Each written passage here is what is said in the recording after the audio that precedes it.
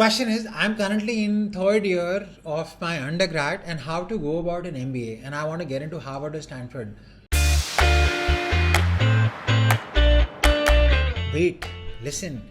Harvard and Stanford are not a destination in themselves. The first thing you have to do is really find a problem that you think is worthy of your learning that will come from Harvard or Stanford.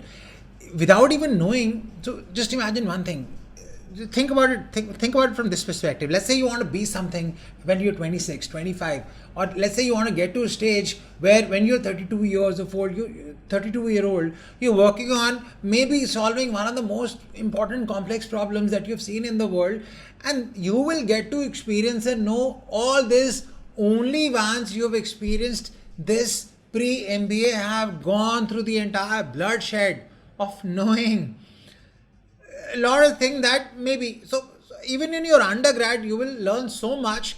Use that learning to hit a plateau where you think all the things that you have learned are not making sense to you anymore, because your learning curve has now stopped being that steep.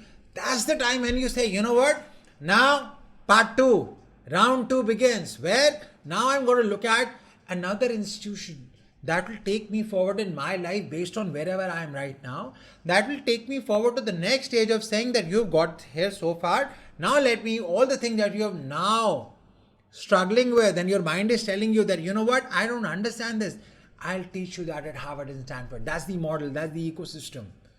The initial ecosystem of saying, by the time I'm 20, my undergrad done. By the time I'm 22, MBA done.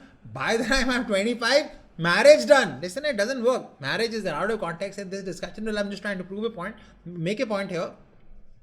That don't be an undergrad and MBA ready to be shipped out there in the world to create an awesome value by the time you're 22. I think very likely your MBA will be a waste of time and money if you join it without knowing why are you joining it and what is it that you want to learn from it.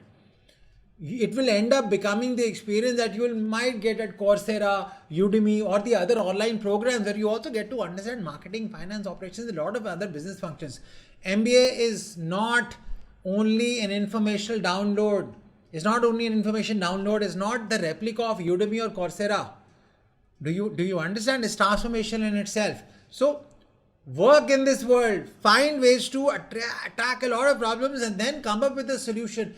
Come up with a thing that you think is worthy of Harvard or Stanford, where they'll say, you know what, the kind of thing, they will ask you for your goals as well. Na? So you come up with a challenge or a goal that you think is worthy of Harvard saying, I love your story.